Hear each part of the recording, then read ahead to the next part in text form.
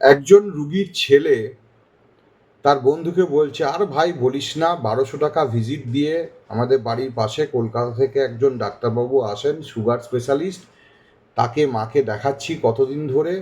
মায়ের ব্লাড সুগারটা কমেছে ঠিকই, কিন্তু ইউরিনের সুগারটা তিনি কিছুতেই কমাতে পারছেন না। যতবারই টেস্ট করি দেখি ইউরিনে সুগার আসছে।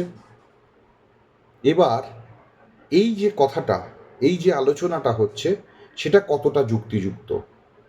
ওই যে আগের দিনই একটা ওষুধ নিয়ে আলোচনা করছিলাম, SGLT2 ইনহিবিটার। সুগার ছাড়াও ডাক্তারবাবু হার্ট ফেলিওরে দিচ্ছে, দিয়ে তিনি ঠিকই করেছেন।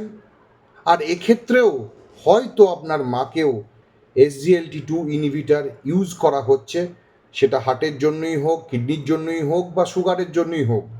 এই SGLT2 ইনহিবিটার ওষুধটা সুগারটাকে কিডনি দিয়ে ছেঁকে ইউরিনের মাধ্যমে বার করে দেয়, এবং কিডনির জন্য সেটা স্বাস্থ্যকর। সেই জন্যই আপনার মায়ের ইউরিনে সুগারটা বেশি বেশি আসে। কিন্তু এই যে ইউরিনে সুগার আপনি বারবার দেখছেন, আমার মনে হয় না যে ওই ডাক্তারবাবু আপনাকে ইউরিনে সুগার টেস্ট করার কথা বলেছে। নিশ্চয়ই বাড়িতে যে ব্লাড টেস্ট করতে আসে, বা যে ল্যাবে আপনি ব্লাড টেস্ট করাতে যান, বা আপনার কোনো বন্ধু তা বলেছে আপনাকে যে ইউরিনে সুগারটা দেখতো।